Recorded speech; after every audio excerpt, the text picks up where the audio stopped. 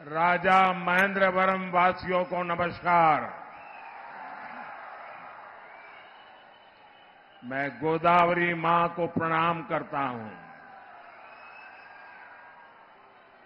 इस धरती पर आदि कवि नन्नय्या ने तेलुगु का सबसे पुराना साहित्य रचा था। मैं देख रहा हूं आज वो धरती एक नया इतिहास रचने जा रही है। నా ఆంధ్ర కుటుంబ సభ్యులారా, రాజమహేంద్ర వాసులారా, మీ అందరికీ నమస్కారాలు. నేను తల్లి గోదావరికి తల వంచి నమస్కరిస్తున్నాను. ఈ నేల మీదే ఆదికవి నన్నయ్య తెలుగులో తొలి కావ్యాన్ని రచించారు. ఇప్పుడు ఈ నేల నుంచి కొత్త చరిత్ర ప్రారంభమవుతున్నది నాకు స్పష్టంగా కనిపిస్తోంది. साथियों, 13 मई को आप अपने वोट से आंध्र प्रदेश की विकास यात्रा का नया अध्याय शुरू करेंगे। लोकसभा चुनाव में तो एनडीए रिकॉर्ड बनाएगी ही। आंध्र विधानसभा में भी अगले 5 साल के लिए एनडीए सरकार तय हो जाएगी। ये विकसित आंध्र प्रदेश, विकसित भारत की तरफ बहुत बड़ा कदम होगा। साथियों, मैं साफ देख रहा हूं, मैं अभी यहां उड़ीसा से आ रहा हूं, वहां भी असेंबली के चुनाव चल रहे हैं, यहां भी असेंबली के चुनाव है। इस समय देश में जितने भी विधानसभा के चुनाव चल रहे हैं, सब में एनडीए की सरकार बनेगी।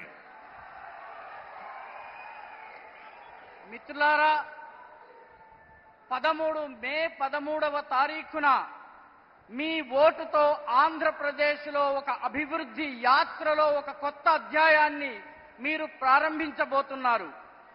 లోకసభ ఎన్నికల్లో ఎన్డీఏ విజయం సాధించి తీరుతుంది. కానీ దానితో పాటు ఆంధ్రప్రదేశ్ విధానసభలో రానున్న 5 సంవత్సరాలు ఎన్డీఏ ప్రభుత్వం ఉండబోతోంది. ఇది వికసిత ఆంధ్రప్రదేశ్, వికసిత భారతదేశంలో ఉన్నటువంటి ఒక పెద్ద అంతర్భాగంగా ఉండబోతోంది. మిత్రులారా, నాకు చాలా స్పష్టంగా కనిపిస్తోంది. నేను ఒడిశా నుంచి వచ్చాను. అక్కడ కూడా విధానసభ ఎన్నికలు జరుగుతున్నాయి. ఇక్కడ కూడా విధానసభ ఎన్నికలు జరుగుతున్నాయి. దేశం మొత్తం మీద ఎక్కడెక్కడ విధానసభ ఎన్నికలు జరిగాయో అన్ని చోట్ల ఎన్డీఏ ప్రభుత్వం ఏర్పాటు కాబోతోంది. साथियों, इस चुनाव में एक और कांग्रेस पार्टी है और दूसरी ओर वाईएसआर कांग्रेस है। कांग्रेस के नेता यहां नतीजों से पहले ही हार मान गए चुके हैं और आंध्र प्रदेश की जनता ने वाईएसआर कांग्रेस को भी पूरी तरह रिजेक्ट कर दिया है।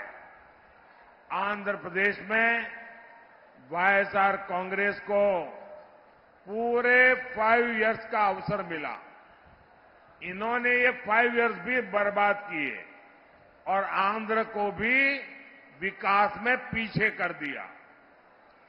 మిత్రులారా, ఈ ఎన్నికల్లో 2 ప్రమాదాలున్నాయి. ఒకటి కాంగ్రెస్ పార్టీ, రెండవది వైఎస్ఆర్ కాంగ్రెస్. కాంగ్రెస్ నాయకులు ఎన్నికల ఫలితాలు వెలువడడానికి ముందే పరాజయాన్ని అంగీకరించారు. ఆంధ్రప్రదేశ్లో ఉన్నటువంటి ప్రజానీకము వైఎస్ఆర్ కాంగ్రెస్ ని కూడా పూర్తిగా తిరస్కరించింది.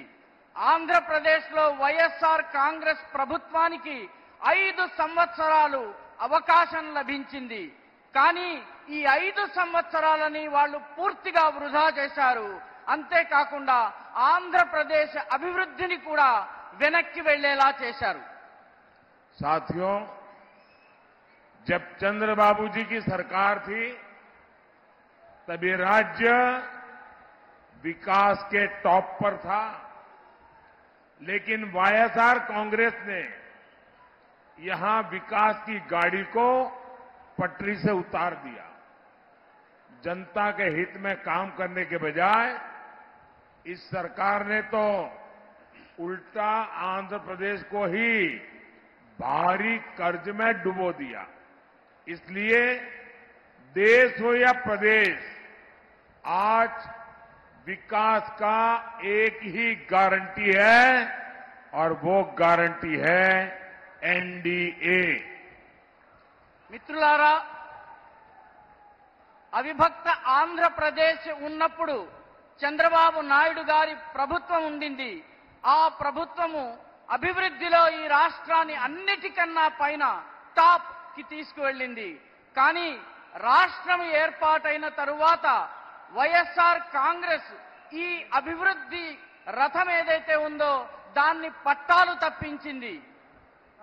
ప్రజల హితం కోసం, మేలు కోసం పనిచేయడానికి బదులు ఈ ప్రభుత్వము ఆంధ్రప్రదేశ్ ని భారీ అప్పుల ఊబిలో కూరుకుపోయేలా చేసింది. కాబట్టి దేశమైన, ప్రదేశమైన, దేశమైన, రాష్ట్రమైన నేడు అభివృద్ధికి ఉన్నటువంటి ఏకైక గ్యారంటీ ఎన్డీఏ. साथियों, आंध्र युवाओं और युवा टैलेंट का प्रदेश है। टेक्नोलॉजी में आपकी काबिलियत का लोहा पूरी दुनिया मानती है। इसलिए आज जब देश तेजी से आगे बढ़ रहा है तो आंध्र का तेजी से आगे बढ़ना उतना ही जरूरी है। लेकिन यहां की राज्य सरकार में ये उम्मीद बेकार है। डेवलपमेंट के नाम पर यहां काम जीरो और करप्शन 100% हुआ है। यहां केंद्र सरकार के प्रोजेक्ट्स को डीले करके जनता के हित को डिरेल कर दिया है। इसलिए राज्य और केंद्र में जब एनडीए की डबल इंजन सरकार होगी तो सभी रुके काम पूरे होंगे।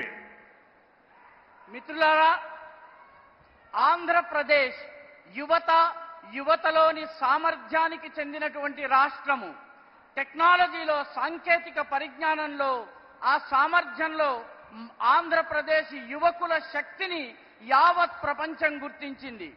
అందుకే ఈ దేశము వేగవంతంగా అభివృద్ధి చెందాలన్నట్లయితే చెందుతున్నటువంటి సమయంలో ఆంధ్రప్రదేశ్ కూడా అంతే వేగవంతంగా అభివృద్ధి చెందడం చాలా అవసరం.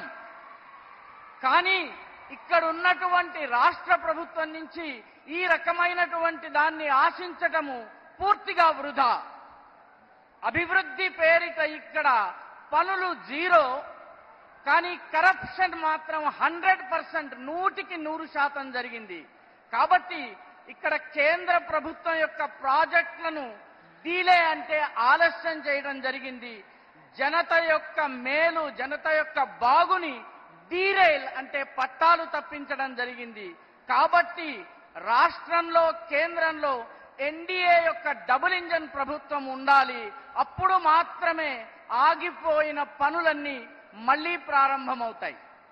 भाइयों बहनों, आपको कांग्रेस से भी उतना ही सावधान रहना है। आप याद करिए, 10 साल पहले कांग्रेस ने देश को कहां पहुंचा दिया था। जब कांग्रेस केंद्र सरकार में थी, भारत की चर्चा स्कैम के लिए होती थी। మిత్రులారా, సోదర సోదరీమణులారా, మీకు కాంగ్రెస్ విషయంలో కూడా అంతే జాగ్రత్తగా ఉండవలసిన అవసరం ఉంది.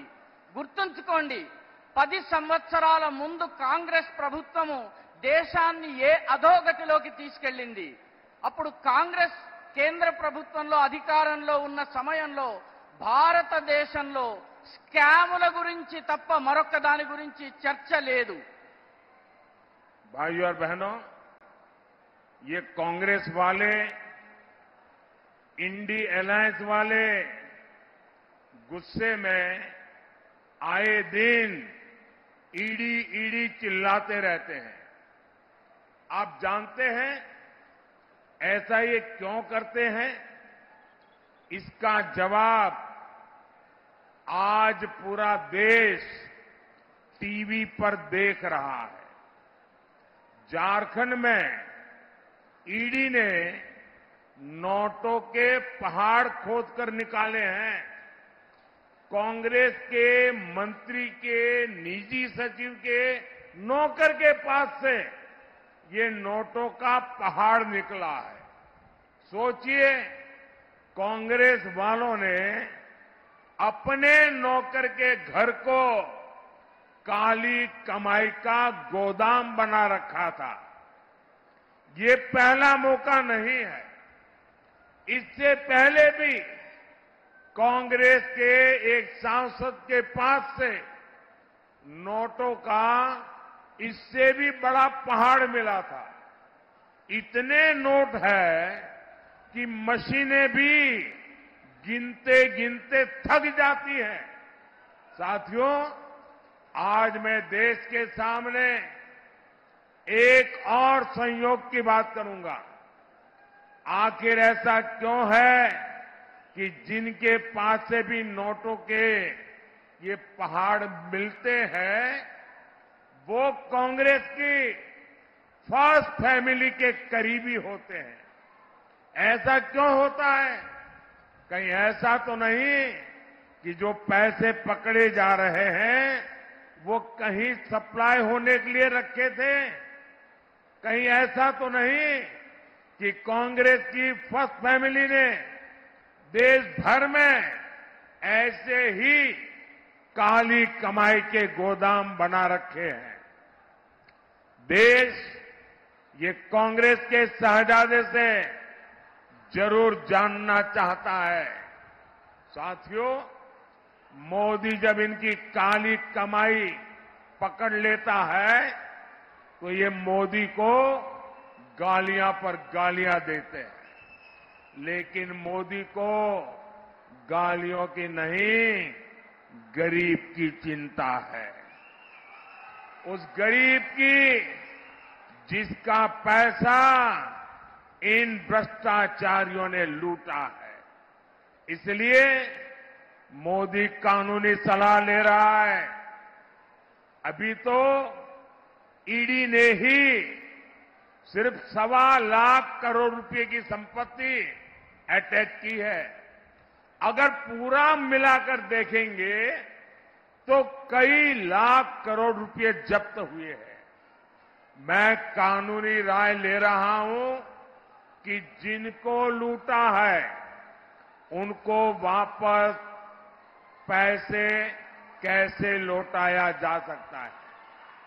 पहले भी मोदी ऐसे ही 17,000 करोड़ रुपए उसके हकदारों को लौटा चुका है। किसी गरीब का हक नहीं मारा जाएगा, ये मोदी की गारंटी है।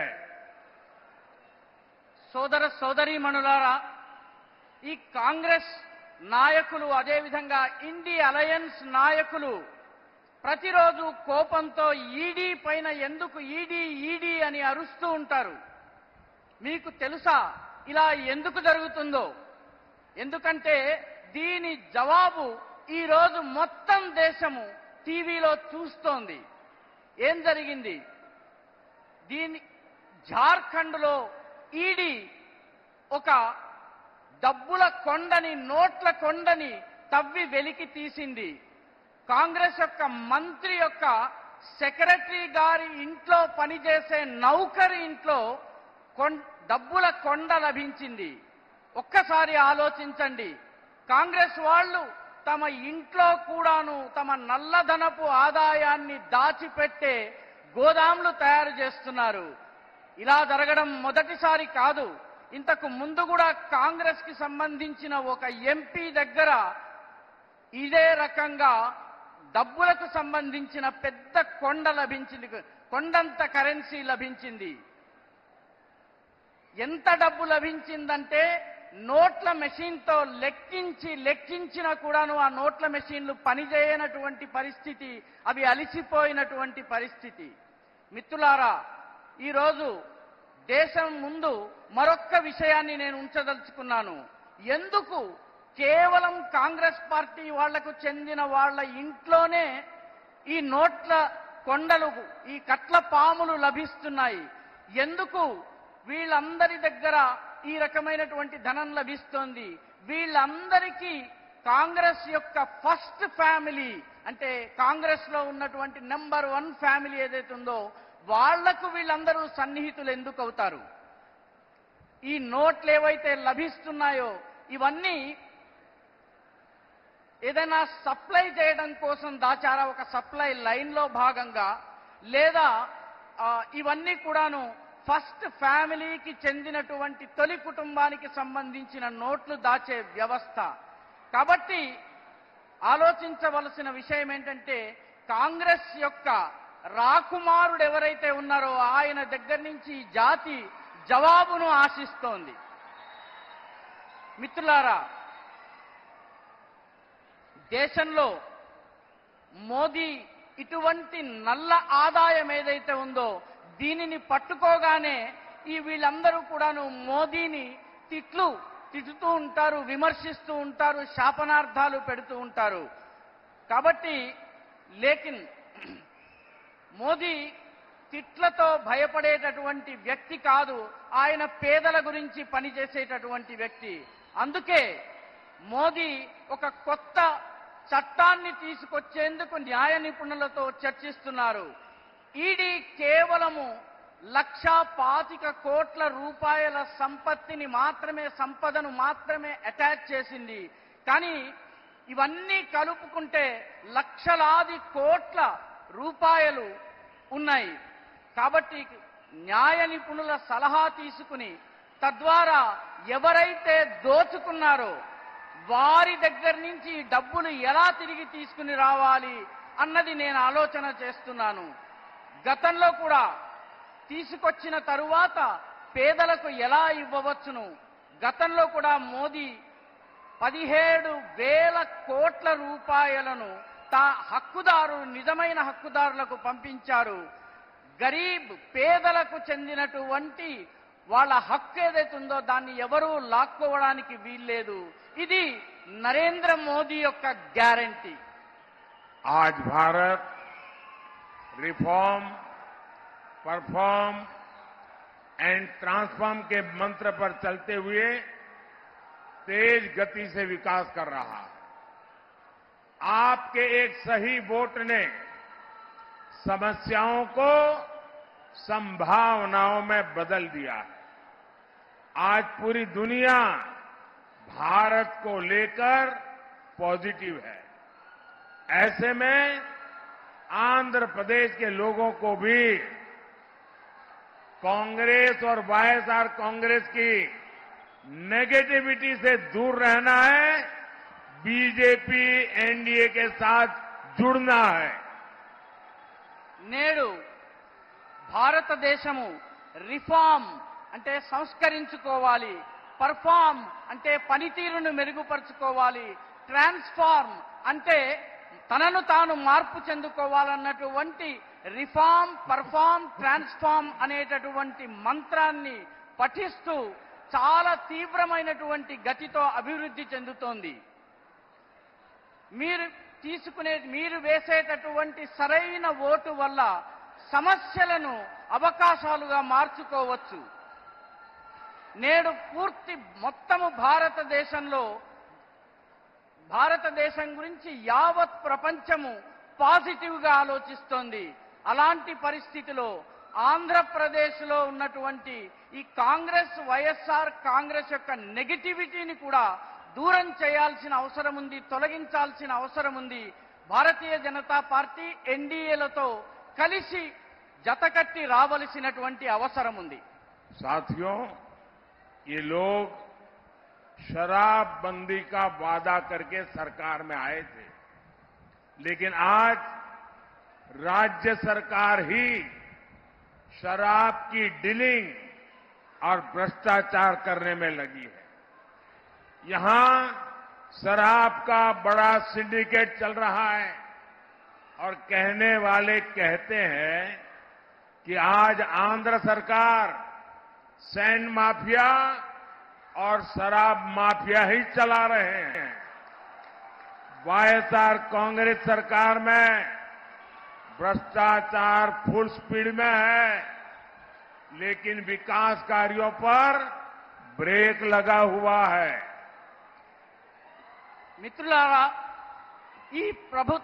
ఈ ప్రభుత్వం మద్యపాన నిషేధాన్ని అమలు చేస్తామని చెప్పి అధికారంలోకి వచ్చింది. కానీ ఇప్పుడు రాష్ట్ర ప్రభుత్వమే మద్యం యొక్క లావాదేవీలు చేస్తోంది, వ్యాపారం చేస్తోంది, అదేవిధంగా అవినీతికి పాల్పడుతోంది. ఇక్కడ మద్యానికి సంబంధించినటువంటి ఒక పెద్ద సిండికేట్ నడుస్తోంది. చెప్పే కొందరి కథనం ప్రకారము నేడు ఆంధ్రప్రదేశ్ ప్రభుత్వంలో మద్యం మాఫియా, ఇసుక మాఫియాల రాజ్యమే నడుస్తోంది. వైఎస్ఆర్ కాంగ్రెస్ ప్రభుత్వము ఈ ప్రభుత్వంలో అవినీతి ఫుల్ స్పీడ్ లో ఉంది, కానీ అభివృద్ధికి బ్రేక్ పడింది. साथियों, आपको याद होगा वाईएसआर कांग्रेस ने आंध्र प्रदेश में 3 राजधानी बनाने की बात कही थी, लेकिन इतने वर्षों में ये एक राजधानी भी नहीं बना पाए। 3 राजधानियों के नाम पर ये लोग बड़ी लूट के चक्कर में थे, लेकिन उसके पहले ही सरकार का खजाना खाली कर दिया है। ये लोग सिर्फ करप्शन मैनेज कर सकते हैं, फाइनेंशियल मैनेजमेंट वाईएसआर कांग्रेस के बस की बात नहीं है। మిత్రులారా, మీకు గుర్తుండే ఉంటుంది, వైఎస్ఆర్ కాంగ్రెస్ ప్రభుత్వము ఆంధ్రప్రదేశ్లో 3 రాజధానులను ఇస్తామని చెప్పింది. కానీ ఇన్నేళ్లలో ఒక్క రాజధానిని కూడా ఇవ్వలేకపోయింది. 3 రాజధానుల పేరిట చాలా భారీ ఎత్తున లూటీ చేయాలన్నటువంటి ప్రయత్నంలో ఉండింది. కానీ అంతలోపలే ఈ ప్రభుత్వం యొక్క ఖజానా పూర్తిగా ఖాళీ అయిపోయింది. వీళ్ళు కేవలము అవినీతిని మాత్రమే మేనేజ్ చేయగలరు, కరప్షన్ ని మాత్రమే మేనేజ్ చేయగలరు. ఫైనాన్షియల్ మేనేజ్మెంట్, ఆర్థిక వ్యవహారాల నిర్వహణ ఈ వైఎస్ఆర్ కాంగ్రెస్ కి అలవాటే లేదు, చేయలేదు. जब जनता की सेवा का इरादा ना हो तो नतीजे भी नहीं मिलते। पोलावरम परियोजना को ठप करके इन्होंने आंध्र प्रदेश की लाइफलाइन पर भी ब्रेक लगा दिया। केंद्र सरकार इस प्रोजेक्ट के लिए 15,000 करोड़ रुपए दे चुकी है, लेकिन वाईएसआर कांग्रेस सरकार से इसे आगे नहीं बढ़ने देना चाहती। आज आंध्र प्रदेश का किसान सिंचाई के लिए परेशान है, किसानों को पैडी का सही रेट भी नहीं मिल रहा है। मैं आपको विश्वास दिलाता हूं, 4 जून के बाद आंध्र प्रदेश में एनडीए सरकार ऐसी सभी समस्याओं को दूर करेगी। మిత్రులారా, ప్రజలకు సేవ చేయాలన్నటువంటి కోరిక లేనటువంటి ప్రభుత్వం ఉంటే ఇలాంటి దుష్ఫలితాలే వస్తాయి. పోలవరం ప్రాజెక్టుని పూర్తిగా నిలిపివేసి ఆంధ్రప్రదేశ్ యొక్క జీవనాడిని బ్రేక్ వేసి ఆపివేయడం జరిగింది. కేంద్ర ప్రభుత్వం ఈ ప్రాజెక్టు కోసము 15,000 కోట్ల రూపాయలు ఇచ్చింది. కానీ వైఎస్ఆర్ ప్రభుత్వము దీనిని ముందుకు తీసుకువెళ్లదలుచుకోలేదు. నేడు ఆంధ్రప్రదేశ్లోని రైతులు నీటిపారుదల కోసం, సాగునీరు కోసం ఇబ్బందుల పాలవుతున్నారు. రైతులకు వరి ధాన్యం యొక్క సరైనటువంటి ధర కూడా లభించటం లేదు. నేను మీకు నమ్మకం ఇస్తున్నాను, భరోసా ఇస్తున్నాను, విశ్వాసాన్ని ఇస్తున్నాను.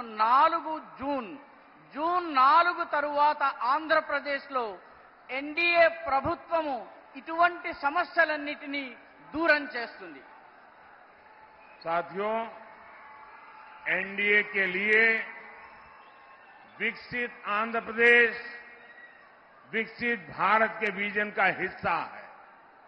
इसलिए पिछले 10 वर्षों में हमने आंध्र प्रदेश में तेजी से विकास किया है।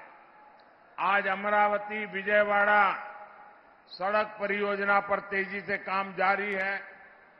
आंध्र प्रदेश को हैदराबाद से जोड़ने वाली सड़क बनाई जा रही है। दिल्ली मुंबई इंडस्ट्रियल कॉरिडोर की तरह यहां भी विशाखापट्टनम चेन्नई इंडस्ट्रियल कॉरिडोर में कई प्रोजेक्ट पर काम चल रहा है। మిత్రులారా, ఎన్డీఏ ప్రభుత్వము, ఎన్డీఏ దృష్టిలో వికసిత ఆంధ్రప్రదేశ్, వికసిత భారత్ అనేటటువంటి స్వప్నంలో అంతర్భాగము. అందుకే గత 10 సంవత్సరాల్లో ఆంధ్రప్రదేశ్లో చాలా వేగవంతంగా అభివృద్ధిని తీసుకొచ్చే పనిని చేశాము. నేడు అమరావతి విజయవాడ రోడ్డు ప్రాజెక్టును చాలా వేగంగా పనిచేస్తూ ముందుకు తీసుకెళ్తున్నాము. ఆంధ్రప్రదేశ్ నుంచి హైదరాబాద్ని కనెక్ట్ చేసేటటువంటి, జోడించేటటువంటి దారులను నిర్మాణం చేస్తున్నాము. ఢిల్లీ ముంబై ఇండస్ట్రియల్ కారిడార్ లాగానే విశాఖపట్నం చెన్నై ఇండస్ట్రియల్ కారిడార్ అనేటటువంటి దానికి సంబంధించిన అనేక ప్రాజెక్టులపైన నేడు పని కొనసాగుతోంది. साथियों, चेन्नई से कोलकाता हाईवे हो, राजमुंद्री एयरपोर्ट हो, विशाखापट्टनम में नया साउथ कोस्ट रेलवे जोन हो, विकास के प्रोजेक्ट इस क्षेत्र की तस्वीर बदलेंगे। यहां नेशनल हाईवे का काम पूरा होने से फिशिंग हार्बर और काकीनाडा पोर्ट तक कनेक्टिविटी आसान हो जाएगी। इससे सी फूड का कारोबार बढ़ेगा और मछुआरों को फायदा होगा। మిత్రులారా, చెన్నై నుంచి కలకత్తా హైవే కావచ్చు, రాజమహేంద్రి ఎయిర్పోర్ట్ కావచ్చు, విశాఖపట్నంలో కొత్త సౌత్ కోస్ట్ రైల్వే జోన్ కావచ్చు, అభివృద్ధికి సంబంధించిన ఈ ప్రాజెక్టులన్నీ ఆంధ్రప్రదేశ్ ఈ ప్రాంతం యొక్క స్వరూపాన్ని పూర్తిగా మార్చేస్తాయి. ఇక్కడ నేషనల్ హైవే పని పూర్తయితే ఫిషింగ్ హార్బర్ కాకినాడ పోర్ట్ వరకు కనెక్టివిటీ వస్తుంది. సులభతరంగా ప్రజలు తమ సరుకును తీసుకువెళ్లగలరు. దీని ద్వారా ఈ సీ ఫుడ్ ఏదైతే ఉందో దానికి సంబంధించిన వ్యాపారం పెరుగుతుంది. మత్స్యకారులకు చాలా పెద్ద ఎత్తున లాభం కలుగుతుంది. साथियों, आंध्र प्रदेश विकास और विरासत की धरती है। यहां की पहचान एनटीआर गारू से होती है। एनटीआर गारू ने भगवान राम का चरित्र जन जन तक पहुंचाया था। अब बीजेपी ने भव्य राम मंदिर का 500 साल पुराना सपना पूरा किया है। लेकिन तुष्टीकरण में डूबी कांग्रेस ने अयोध्या में राम मंदिर का बायकॉट कर दिया। कांग्रेस का कोई नेता अगर भक्ति भाव से राम मंदिर चला जाता है तो उसे पार्टी से निकाल दिया जाता है। మిత్రులారా, ఆంధ్రప్రదేశ్ వికాసము వైభవపూరితమైనటువంటి వారసత్వ సంపద యొక్క భూమి. ఇక్కడి ప్రజల పరిచయము ఎన్టీ రామారావు గారి పేరు ద్వారా వస్తుంది. ఎన్టీ రామారావు గారు భగవాన్ శ్రీరామచంద్రుని యొక్క పాత్రను పదే పదే ధరించి ప్రతి ఒక్క ప్రజల హృదయాల దాకా తీసుకువెళ్లారు.